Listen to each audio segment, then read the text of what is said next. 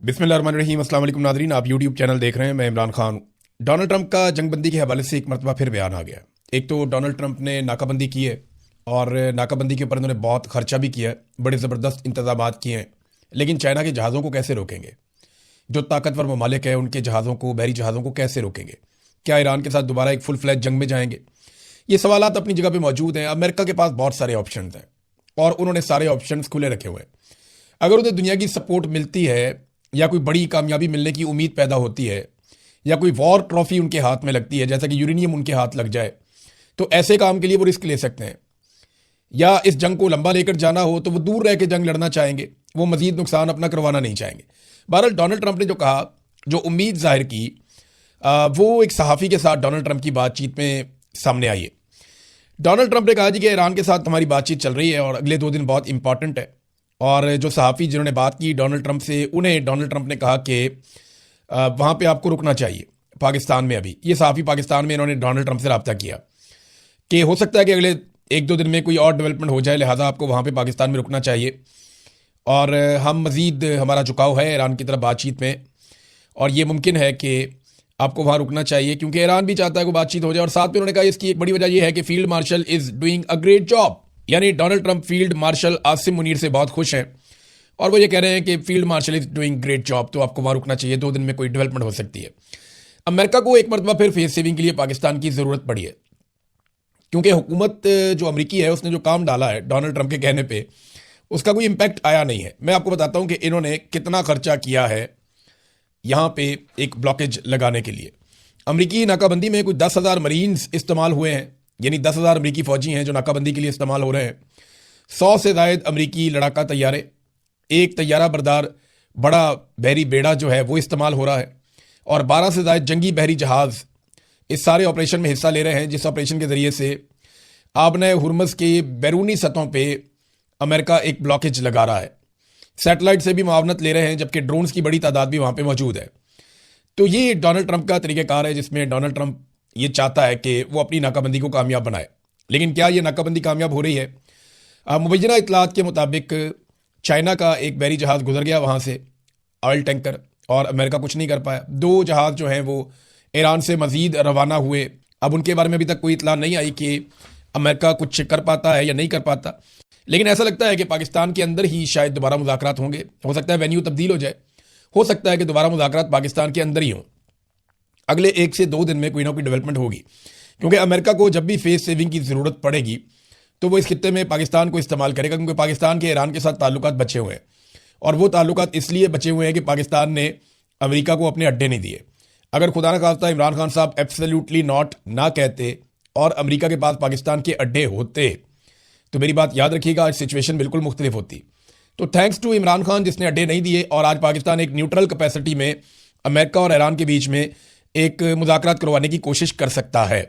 बहरहाल पाकिस्तान कितनी face saving दे सकता है अमेरिका को, पहले भी पाकिस्तान ने पूरी कोशिश की है। ऐसा लगता है 1-2 दिन में दोबारा से पाकिस्तान में फिर मेला शेला लगेगा और फिर खबरें पाकिस्तान के अंदर से निकलेंगी। उम्मीद की जा सकती है कि कोई अच्छी सेंस प्रिवेल करे और अमेरिका और ईरान किसी ऐसे नतीजे में पहुंचे जिसके ज़रिए से जंग बंद हो जाए। लेकिन अमेरिका के जो माली मफादात हैं वो इतने बड़े हैं कि आप कुछ भी यकीन से कह नहीं सकते। मशरिक़ वस्ता में कुछ ना कुछ ऐसा अलार्मिंग ज़रूर हो रहा है या कुछ ऐसा बहुत बड़ा होने जा रहा है जिसकी तैयारियां हो रही हैं। और ये इंटरनेशनल मीडिया और कुछ जो इमेजेस हैं वो ये रिपोर्ट कर रहे हैं। कल के दिन में अमेरिकी एयरफोर्स का एक बहुत बड़ा एयरलिफ्ट ऑपरेशन हुआ है यहाँ खलीजी ममालिक में, और ये रूटीन की कार्रवाई नहीं लगती। ये ऐसा लगता है कि बहुत बड़े पैमाने के ऊपर यहाँ पे अमेरिका के अंदर आमदरफ्त चल रही है अमेरिकी एयरफोर्स की और उसमें कोई एयरलिफ्ट ऑपरेशन चल रहा है। अब देखें कौन सी चीज़ें लाई जा रही हैं, कौन सी चीज़ें ले जाई जा रही हैं। तो मशरिक़ वस्ता में जो चीज़ें हो रही हैं उस पर रशिया का एक स्टेटमेंट आया। रूसी सलामती कौंसिल का कहना है कि अमेरिका और इसराइल मुज़ाकरात को ईरान के खिलाफ ज़मीनी ऑपरेशन की तैयारी के लिए इस्तेमाल कर सकते हैं। और एक एजेंसी के मुताबिक अमेरिका खित्ते में अपनी फ़ौजी मौजूदगी में इजाफा कर रहा है।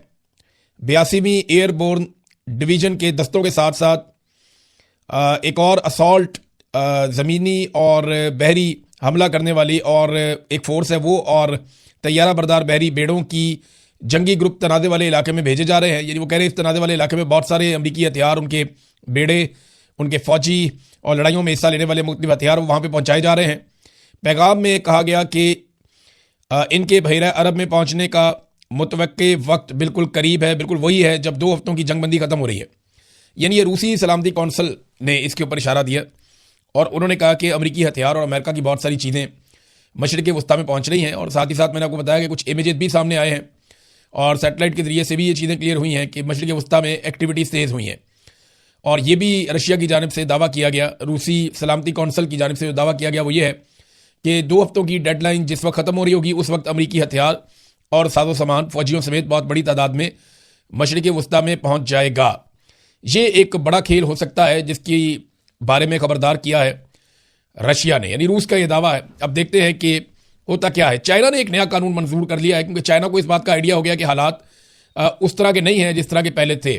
चाइना ने जो नया कानून पास किया उसके मुताबिक किसी भी मुल्क ने चीन के माशी मफादात या शहरियों के खिलाफ इकदाम किए तो चीन जवाबी कार्रवाई करेगा।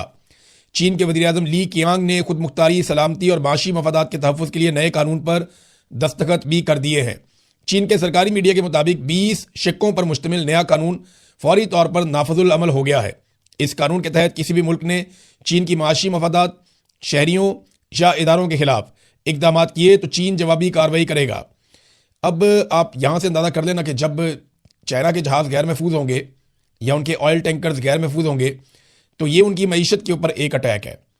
और चीन ने कैटेगोरिकली कहा कि खुद मुख्तारी, सलामती और माशी मफादात का तहफ़्फ़ुज़, अगर यहाँ पे कोई पंगा होगा या हमारे शहरियों के साथ कुछ किया गया तो इस नए कानून के मुताबिक हम फौरी तौर पे इकदाम करेंगे। अब 20 शिक्के हैं इस कानून की और चाइना ने बड़ी जल्दी में या उजलत में आप कहें इस कानून को पास सिर्फ इसलिए किया है ताकि मुस्तकबिल करीब में अगर कोई प्रॉब्लम आती है, कोई बड़ा चैलेंज आता है अमेरिका की जानिब से या खित्ते में इसराइल की जानिब से, तो चाइना वो इकदाम कर सके जो वो करना चाहता है। तो उसके लिए ये कानून उन्होंने पास किया है।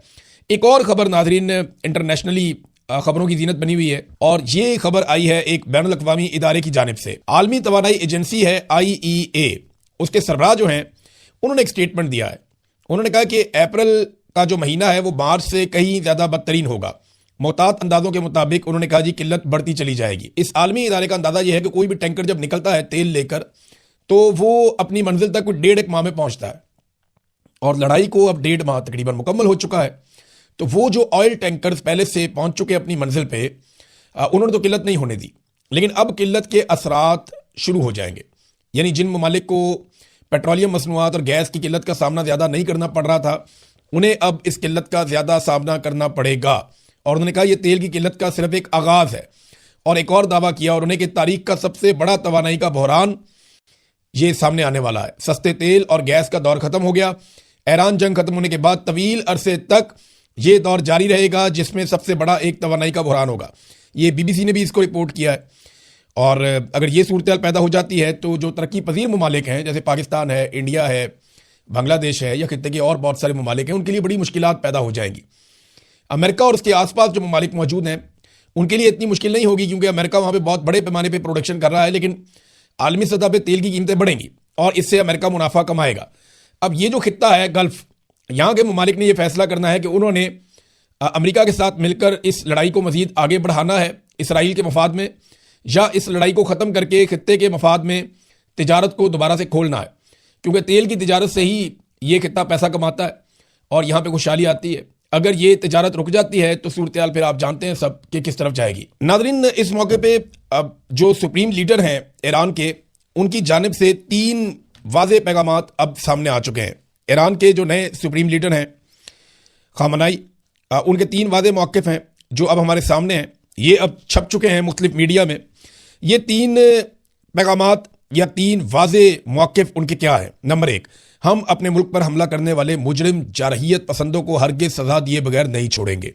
ये बड़ा जारहाना स्टेटमेंट है कि हमारे मुल्क पर हमला करने वाले मुजरिम जारहियत पसंदों को हरगिज़ सज़ा दिए बगैर हम नहीं छोड़ेंगे। नंबर 2, हम इस जंग में होने वाले हर नुकसान के साथ साथ शोहदा के खून और ज़ख्मियों के ज़ख्मों का मुआवजा या तावान ज़रूर तलब करेंगे। ये बहुत सख्त स्टेटमेंट है उनका। और नंबर 3, हम यकीनी तौर पर आबनाए हुर्मुज़ के इंतज़ाम को एक नई सतह पर ले जाएंगे, यानी इससे हम पीछे नहीं हटेंगे। हम किसी सूरत अपने जायज़ हकूक़ से दस्तबरदार नहीं होंगे और इस मामले में पूरी जो मज़ामत है वो हम एक इकाई की सूरत में उसको तसव्वुर करते हैं और हम मज़ामत जारी रखेंगे। ये बहुत इंपॉर्टेंट है।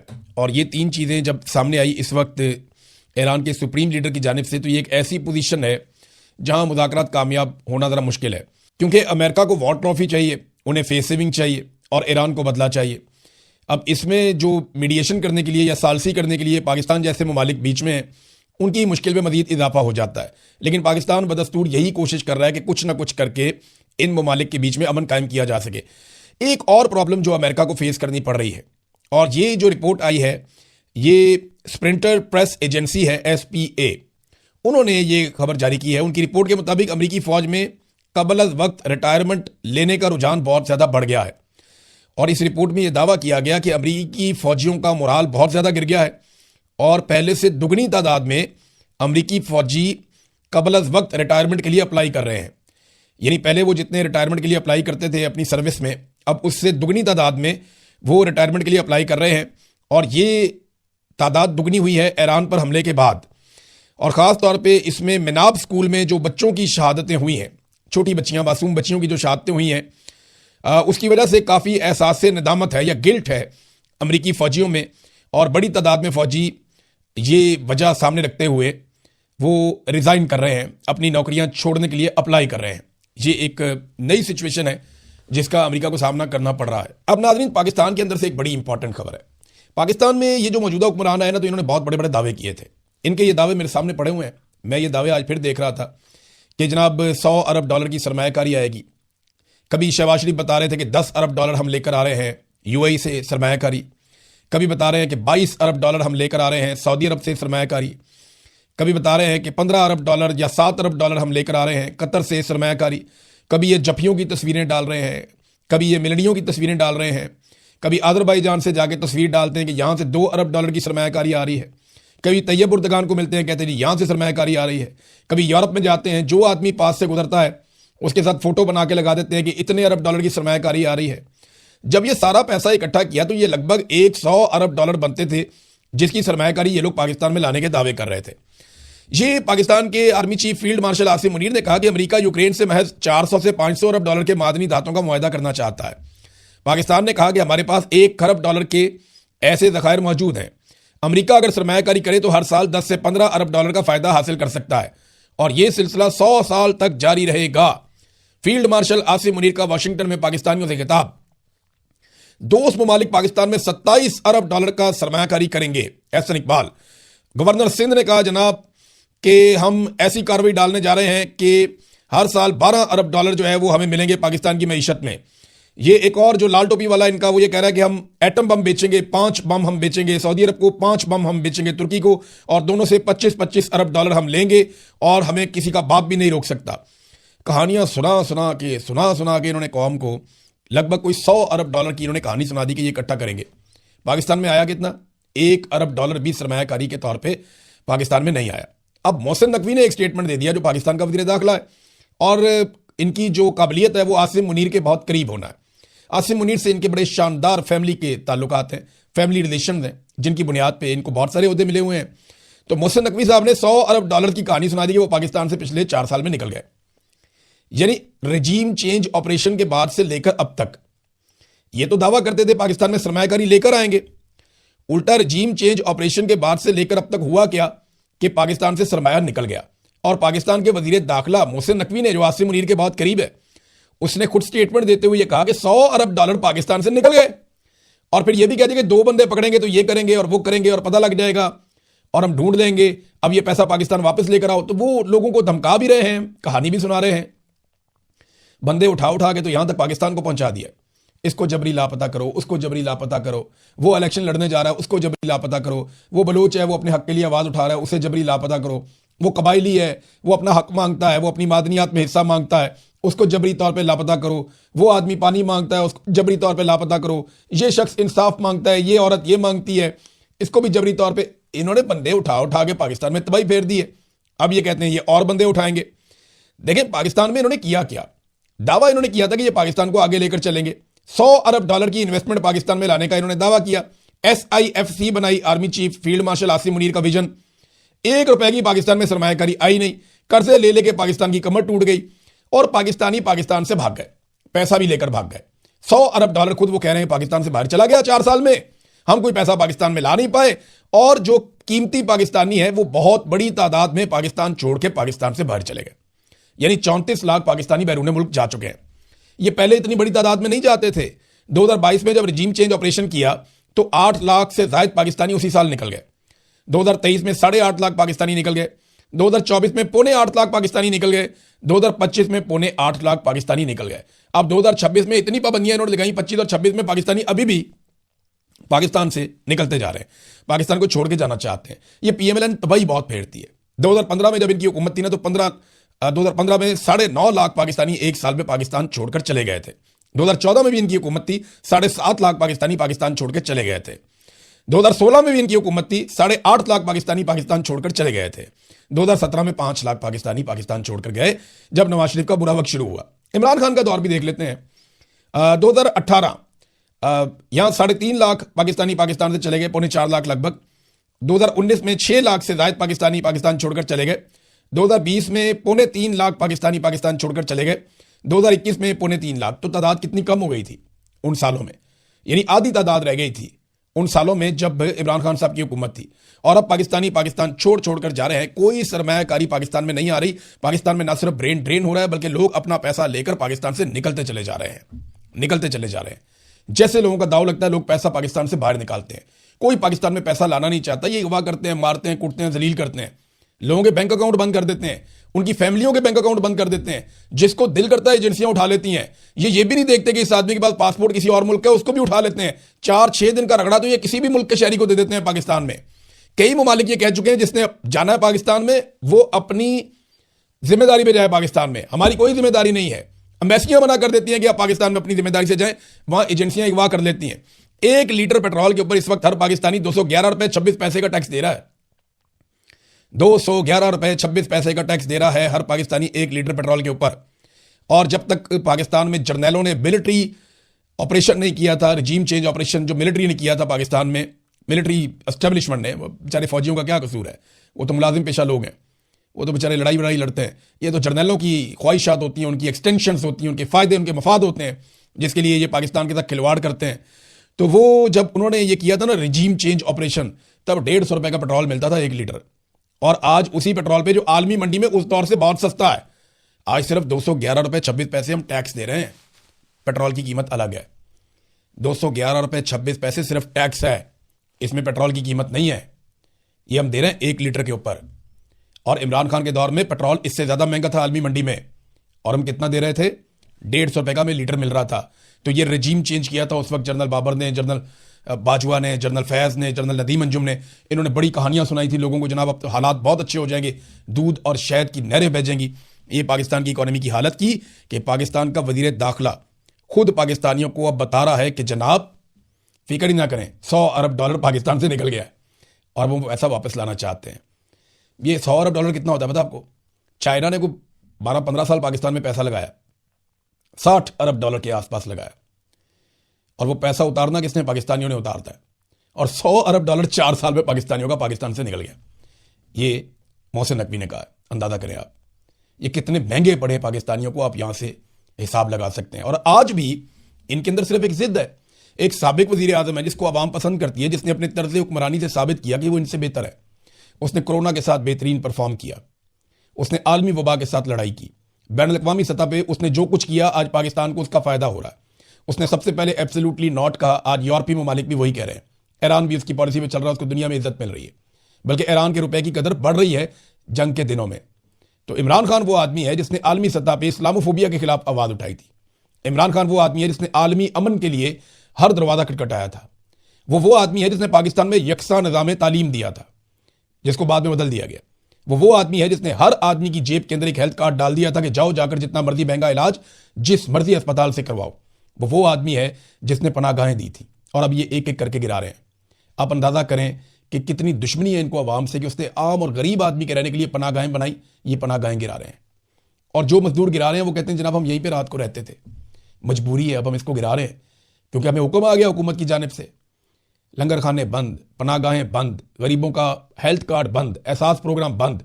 जो इमरान खान ने बेहतर काम किया अवाम के लिए, गरीबों के लिए, वो सारे काम इन्होंने एक एक करके बंद किए। और इमरान खान जो गरीबों के लिए काम कर रहा था वो भी बंद, उसको जेल में डाला हुआ है, मिलने ही नहीं देते। इनको समझ आती है कोई मंतक है ये? और दुनिया के किसी कानून में किसी मुल्क में जाकर आप देख लें, आप ये कहानी सुनाएंगे लोग हैरान हो जाएंगे। मैं यहाँ एयरपोर्ट से वापस आ रहा था, सोमालिया का एक ड्राइवर था, वो मेरे साथ बातचीत करना शुरू हो गया और वो बतौर मुसलमान वो मेरे साथ उसका लगाव हो गया, वो बातें कर रहा था मेरे साथ। उसने मुझे पूछा इमरान खान के बारे में, वो नहीं जानता था कि मैं जर्नलिस्ट हूं। उसने मुझे इमरान खान के बारे में पूछा, मैंने बताया वो जेल में है। तो उसने पूछा उसकी क्या हालत है, मैंने बताया। तो उसने कहा कि ये लोग मुसलमान नहीं है जो पाकिस्तान में ये कर रहे हैं, इन्हें नहीं पता कि इन्होंने जाके अल्लाह को जवाब देना है, इन सबको अल्लाह के सामने पेश होना पड़ेगा, ये इनको डर नहीं लगता। ये वो एक सोमालियन ड्राइवर नौजवान था, वो मुझे ये कह रहा था। अंदाजा करें आप कि लोगों को कितनी फिक्र है अल्लाह के हुजूर पेश होने की। और ये जालिम, इन्हें डर ही कोई नहीं है। उसकी आंख जाया कर रहे हैं, उसकी बीवी को सजा दे रहे हैं, औरतों को जेलों में डाला हुआ है। कैसी बेशर्मी और हठधर्मी है। मैं हमेशा कहता हूं कि खवातीन को लड़ाई में मत लाओ। मैं हमेशा करता हूं कि किसी की फैमिली तक मत जाओ, इस लेवल तक ना जाओ कि वापसी का रास्ता ना बचे। इन्होंने इमरान खान की बीवी को भी उठा के जेल में डाल दिया। अब तक इतनी, आप अपना ख्याल रखिएगा, अपने चैनल का भी। अल्लाह हाफिज़।